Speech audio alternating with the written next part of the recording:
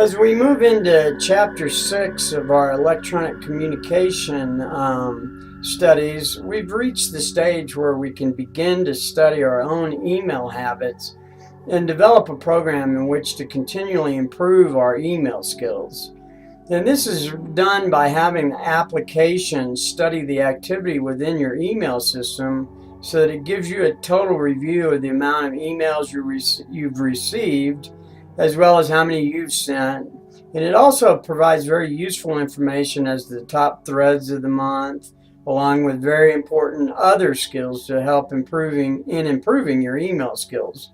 So with that said, we're going to go ahead and move into this a little bit further.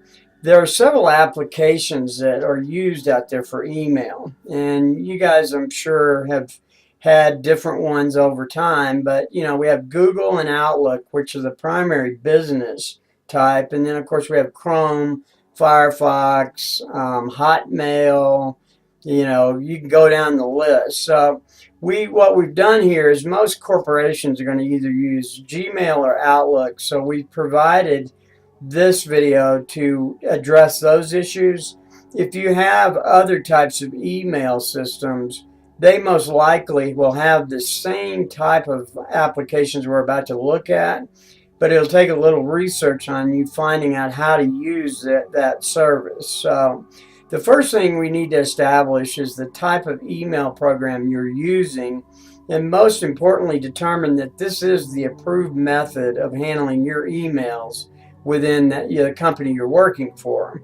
And it's a major mistake if you start using email systems that are not in accordance with your company's standards. And we often see this when somebody tries to use a corporate email account and then using Hotmail or Yahoo as a way to communicate so that the company isn't able to read your personal. And as Hillary Clinton would probably testify to, that's not a very good answer. And there's no hiding place when you do that. If you get caught running, business through your personal accounts or vice versa, it's a bad thing. So just don't go there. So what we're going to go from here is the truth of the matter is that the computer and software you're using is the property of the company you're working for. And, you're only just placing a problem in your own lap if you replace something with a non-approved email system. So just, take whatever your standards are, and you by this time, through the discussion board, you've already started looking at what the standards and what you're required to do. So this shouldn't be a big issue. We're just kind of reiterating it here. So we're going to guess that it's either Gmail or Outlook that you're using. And based on this, we're going to give you some instructions on how to get that.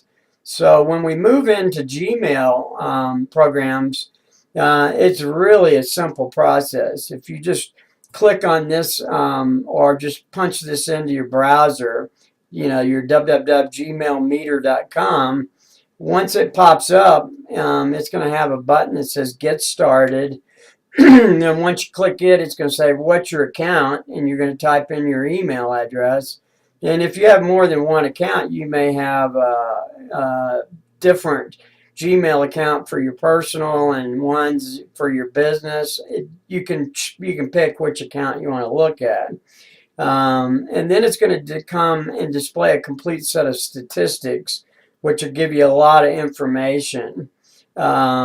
So now I'm going to go ahead and just walk you through the screens that we're going to see here. So now that we've got everything pretty much organized, we should be able to pull up our report. And this is the September report off my email account. And, I'm not serving as an electrical project engineer or project manager any longer, so my stats aren't going to look like yours are. But the first thing that we see is daily traffic. And this is something, us as senior managers have been doing for quite a while, is we want to make sure that our office is sending more emails than they're receiving, or at least you're staying even with it, because that basically means that if somebody writes something to us, we respond back to them in a timely basis. So this is the first part of it, that we're proactive. We're able to respond to every email that's sent to us, or to a large degree. And in many cases, in the front end of the job, you're sending about 20% more emails than you're getting responses back, because that means you're submitting all your stuff and you're basically burying the architects and the engineers and everybody else with all your information that you need approved. So this is something in senior management, as you grow in the industry, you'll use quite a bit to help you understand how you're staffing your projects. The next thing we're going to look at is your monthly traffic, and I just blew it up to where we could see these graphs a little bit better. And this is you just keep scrolling down your screen, and this will be on your emails. And in the monthly traffic, this is really quite good for us to look at where the bumps are. We really don't care, what this part of the game is as far as the flow of it, but what we are interested in is if we see a big bump, then there's something seriously going on. There may be an issue on the job. You may have a problem with a piece of switchgear or a light fixture or something, but this is a real good indicator that something's going down. And if you need to, in the case of somebody that has to look at this thing a year later, it's real easy for us to go find those spots where problems hit us and where we were really kind of deluged with issues. So it's a great tool. And it's also good because you guys as project engineers might get transferred from one job site to the next. So, you may have to go on a new job site, and your manager says to you on the new job site, hey, I need something from 3 months ago. You could at least start pulling up activity reports and going, wow, well, there's a bump of stuff that happened here. I'll go look in this part of the file. So it is quite helpful for you to be able to be kind of cross-trained that way, and it gives you a way to find out where you are. When we look at the weekly traffic chart here, at first it doesn't seem like that would mean anything to anybody, but really you'll be surprised. After looking at it for a long period of time, you'll start noticing that there's a pretty routine pattern on each job site of when the heavy email periods are per week and when they're not. And surprisingly, I've seen jobs to where it was almost like clockwork. Tuesdays and Wednesdays were email days. And that always meant that you at least could get a Monday and a Thursday in before Friday hit you. So it was kind of it's kind of a skill that I think is more intuitive to us right now. We just kind of realize that it's going to be busy today because it's a Wednesday, but this at least shows you how the flow of the traffic's going on a weekly basis. And as you trend it over a long period of time, you'll find out it's pretty consistent, that you'll find certain days that are really pretty much taking over the process. The other thing it does help you with is, once you realize that, if you know for a fact Wednesdays are always really bad, just put it in your mind that you're going to have to spend 45 minutes each time you look at your emails instead of the 30 minutes you've allocated currently, right? So you got 3 times you're looking at it, so that's the big trick there. Now, as part of that communication, it's really important to know how that communication is directed. And, it's important that we keep a certain amount of correspondence amongst ourselves as a company, so that we're responding to, oh gosh, this guy's got a problem and it's related to this. So you're dealing with your in-house problems, and that's this blue right here. That's the percentage of how much you're dealing with yourself. And then you have your 79% is dealing with others. So you really, this chart is quite helpful when you're kind of looking at overhead and are you doing the right thing. If all of a sudden you start seeing that 50% of your email and correspondence is sitting in-house, that means you're not really very proactive in what's going on in the rest of the world. And, you have to really ask yourself, is that good, or is it something that needs to happen? And, of course, at the first of a job, you're going to have this number will be very high because you're not doing a lot in the field. But once you're in the field, this number is going to be fairly substantial, just dealing with all the subs, the architects, the engineers, the GCs, and everything else that goes on, plus your vendors on top of that. So this is a real good stat for you to look at fairly regularly. Just make sure you're in line. The thread link distribution is just kind of a chart here that just does an array and throws out what your different word counts are in different threads. And I haven't found a lot of meaning to this. And of course, I'm not sending, and we'll see that in a minute. The important thing in threads that I see is this top threads right here. And this basically tells me where I'm working the most during that week. So I can see that in this case, I've been working on the discussion board survey for Mod1. So a lot of work's gone into that whole thing. So you can see that this is a really neat tool for you to at least take your top 10 of what's going on in the world, and it's kind of lists it for you. And then what's also really helpful, once you kind of get your top 10, you look at your time before first response, right? And this is where we talked about earlier. We're trying to use that 3 times a day system. And you can always tell, and this is how we got to doing the 3 times a day in the industry, is because we started realizing once we got enough of these stats rolling, and we've had a couple of years to look at it, that if we're doing the response, time before first response is anywhere from 5 to 1 hour, that means that guy's glued to that computer, especially if you have a high 5-minute and a high 15-minute, that guy is not doing anything but sitting in front of that computer. He's not coordinating anything. He's not going to meetings. He's not doing anything. So that's why we went and moved it to where every 4 hours is the key number. Now, I've been doing that for quite a while. And as a result of it, you can see my emails are usually within 4 hours. And that would be your morning, midday, and evening. So, and then as we said before, the real rule is you got to turn it around within a day. That's what we're required to do. And you can see that right here. This is your 1 day. And anything that lands over here is a problem. And that problem is called notification. And in your contracts, you typically have, if you run into a problem, you have 24 hours in which to tell them. And so if you slide into this deal and you got a high more, if you send an email in this more category and you were trying to tell the guy you got a problem, it doesn't matter anyway because it's not timely.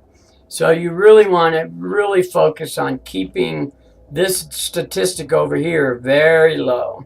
And now, of course, there are certain emails that just don't really deserve a response, but you're going to do it anyway. So that, as long as those are there, there's going to be some of it, but just don't let it get up into these numbers like 40 to 60 of your messages, man. That's bad news right there. So this really, once again, is a great tool to make sure that the notification you're making through your correspondence is being done in a timely fashion and in accordance with your contract. So when we move down to word count, this is kind of helpful. Okay, here we go. Here's our word count. Word count is pretty helpful in your composition. And, we talked about composition, throughout the different modules. And so this is really telling you where is the sweet spot for your type of communication. Now, this is a terrible graph because it doesn't represent anything like what you guys are doing. Because what I'm currently doing is building this academy, so I don't really spend a lot of time talking to people other than sending attachments, because everything I do is really fairly big. So, there's no sense in me writing an email full of 5 pages worth of text. So what I do is, you can see here, mine is less than 10 words on most of my messages. And You can see why, because I have 194 attachments over here. And then these attachments will tell you of what type these attachments are. So this is your docx, your XLTMs with macros, and on and on. So this is really a helpful tool. And as you compose, you're probably going to be sitting in the 100 to 200, which is the sweet spot of email. Any more than that, people don't want to read it. And any less than that, they don't understand it. So, but if you see that your emails are starting to get more in this category and the more category, you may want to start thinking about making sure your emails only address a single issue, firstly. And then secondly, if that's the case, then make your emails more concise and refer to attachments for the details. So then you can then look at the next graph down, which is your attachments, and you can see the balance point between attachments versus word count. So this is really helpful in your email skills as far as knowing how to do that to where you get the best response from the person you've sent it to.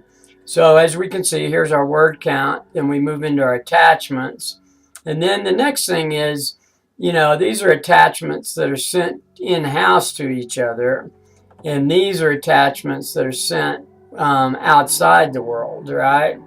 So now, if you have a very sophisticated office, the attachments in internal emails should be virtually nil, because they should be sitting mainly on the server and you just refer them to, or you pop them in the cloud or whatever your company's doing at that time. So, it is a number to kind of watch, because if you're doing a lot of this, you're wasting people's time and you're wasting your own time having to send attachments. So, if it's sitting in a file server, you should be able to collaborate directly from there.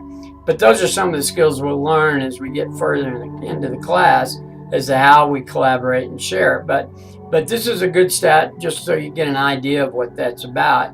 And that's really the end of how you do Gmail, how the Gmail stats work. So you can see it's a very extensive program.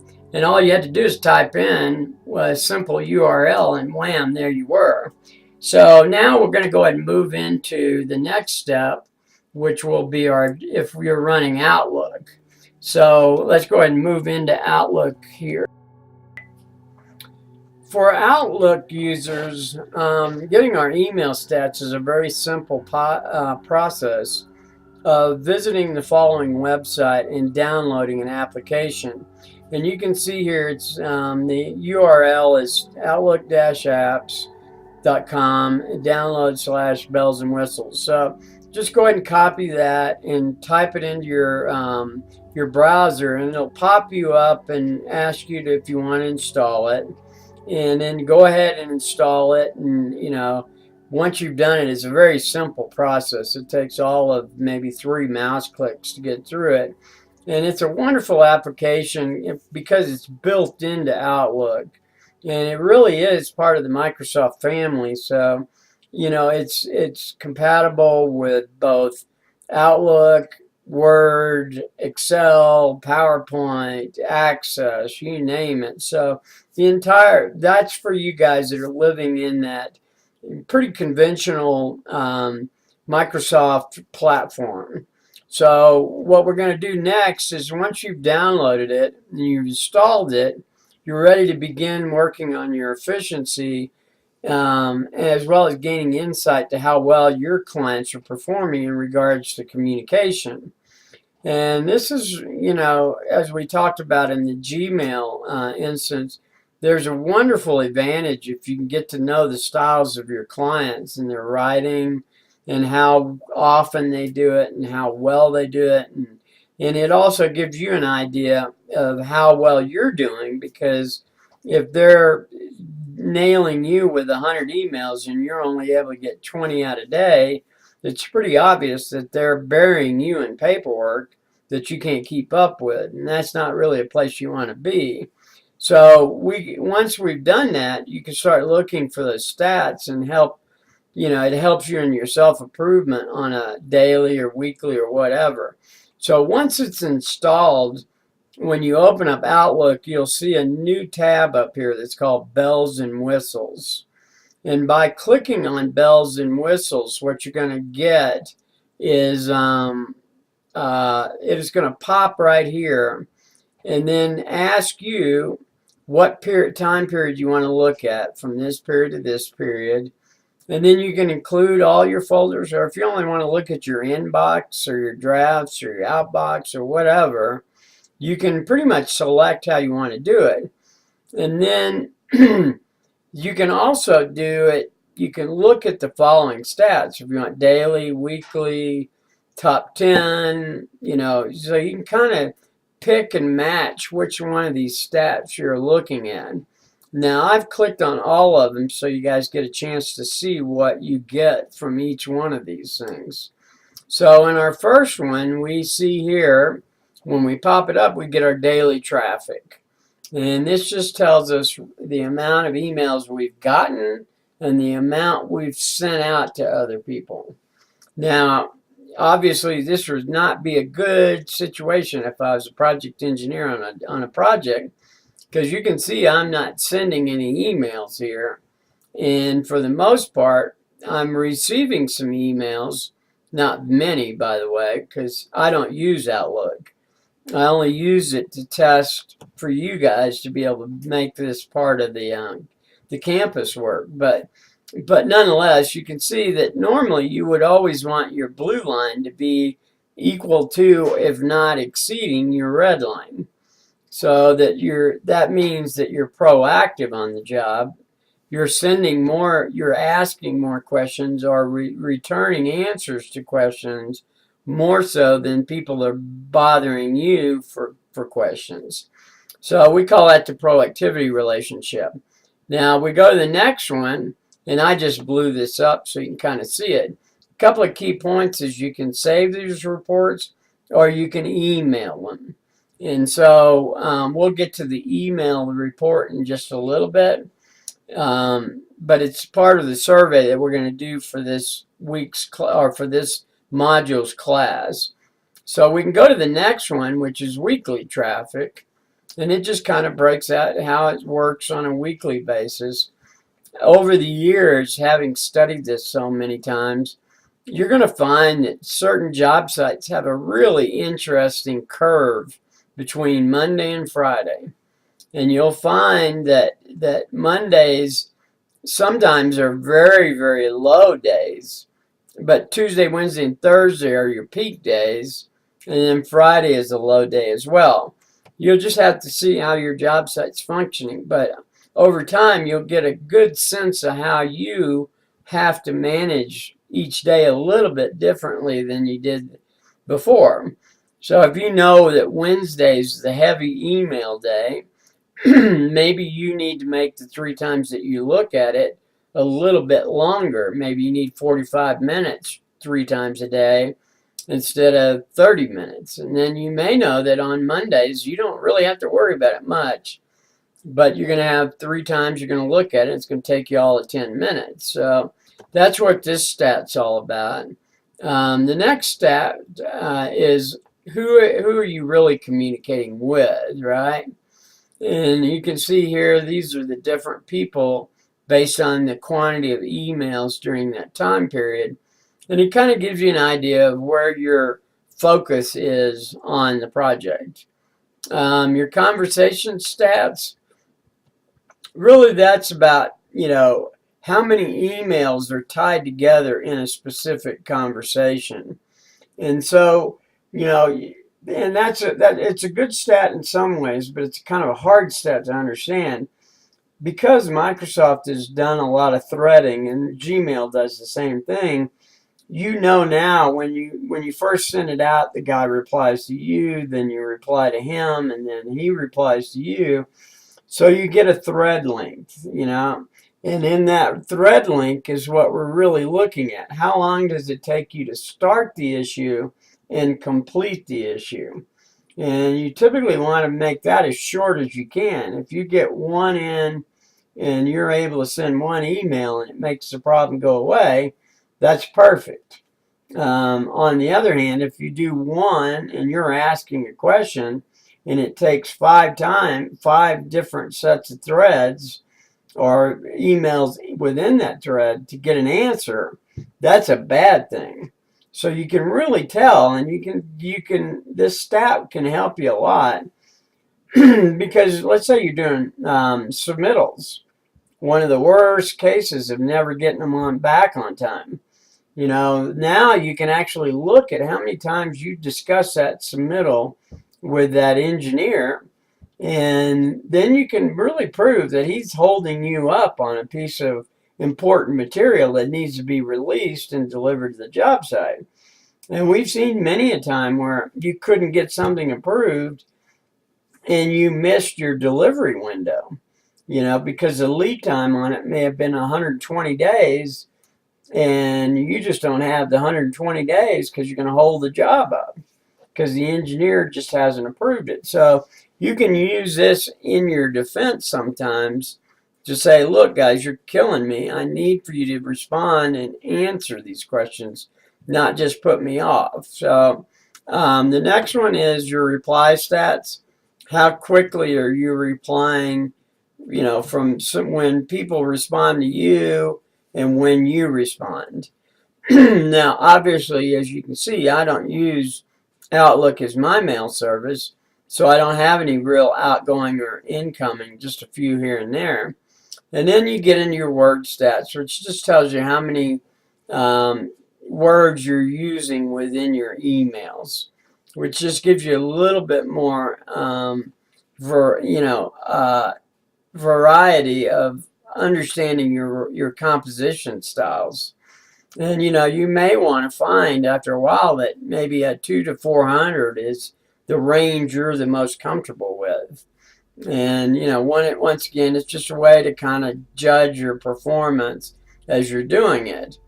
And when you've completed your discussion board studies, this is part of an assignment that we're asking you guys to do. But we'd like for you to take those email stats, be it Gmail or Outlook, and run them and get pretty familiar with them, and use it on a fairly routine basis until you get really familiar with the information that you're getting in the process of your electronic communications. And then what we're going to ask you to do is at the end of the process, once you've completed your studies in the discussion board, the next thing is you're going to take a survey. So, and as part of that survey, we'd like for you to send in these test videos or these test samples that you've gotten from your email apps. So you could either, if you're a Gmail user, you could take that, or if you're an Outlook user. And what we're asking you to do is just send those reports to us at testing@aecm.solutions. And you'll also see that it's referred to at the bottom of the survey. So it just reminds you that when you're finished with your survey, we would like for you to post at least, a week's worth or a month's worth of your stats, so that we can see that you're actually getting it to work and it's helping you in some part of that process. So with that said, that's pretty much what we're trying to do, is to close out the discussion board, is to get you guys looking at how you're studying your email and how the tools that are available for you to do that. And then just go ahead and finish your survey, attach your stats, and send them to us, and then we move on into the individual assignment. So we'll talk to you real soon, and I hope you enjoyed this.